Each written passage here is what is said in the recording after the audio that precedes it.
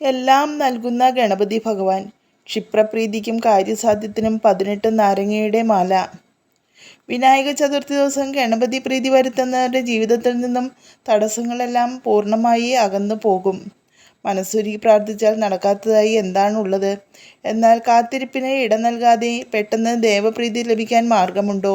ക്ഷിപ്രപ്രസാദിയായ ഗണപതി ഭഗവാനെ ഇത്തരത്തിൽ പ്രീതിപ്പെടുത്താൻ കഴിയും.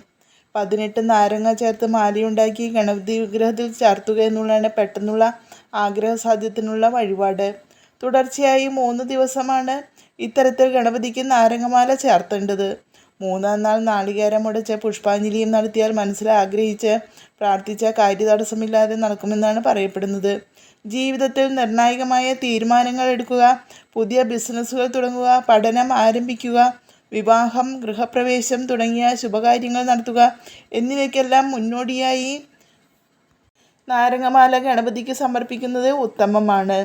ഇങ്ങനെ ചെയ്താൽ വിഘ്നങ്ങളില്ലാത്ത ആ പ്രവൃത്തി ഫലപ്രാപ്തിയിൽ എത്തുമെന്നാണ് വിശ്വാസം. വെള്ളിയാഴ്ചകൾ, ചതുർത്ഥി ദിവസങ്ങൾ, പ്രത്യേകിച്ച് ചിങ്ങമാസത്തിലെ വിനായക ചതുർത്ഥി എന്നിവ ഗണേശ പൂജ ചെയ്യുന്നതിന് ഏറെ വിശേഷപ്പെട്ടതായി കരുതപ്പെടുന്നു. ചിങ്ങമാസത്തിലെ വെളുത്തപക്ഷത്തിലെ വിനായക ചതുർത്ഥി ദിവസം ഗണപതി പ്രീതി വരുത്തുന്നവരുടെ ജീവിതത്തിൽ നിന്നും തടസ്സങ്ങളെല്ലാം പൂർണ്ണമായി അകന്നു പോകും. നാരങ്ങമാലയ്ക്ക് പുറമെ ഗണപതി ഹോമം, കറുകമാല ചാർത്തൽ, അപ്പം, മോദക നിവേദ്യം, മുക്കുറ്റി പുഷ്പാഞ്ജലി എന്നിവയെല്ലാം ഏറെ ഗുണകരമായ വഴിപാടുകളാണ്. 108 തവണ മുക്കുറ്റി അർപ്പിക്കുന്ന വഴിപാട് അത്യുത്തമമാണ്. ധനസമൃദ്ധിക്ക് ലക്ഷ്മി വിനായക പൂജ, കുടുംബഭദ്രതയ്ക്ക് ശക്തി വിനായക പൂജ, ഭാഗ്യത്തിന് ഭാഗ്യസൂക്ത ഗണപതി ഹോമം, കാര്യവിജയത്തിന് ജഗമോഹന ഗണപതി പൂജ എന്നിവയെല്ലാം ഗണപതി ക്ഷേത്രങ്ങൾ ചെയ്തു വരുന്നു.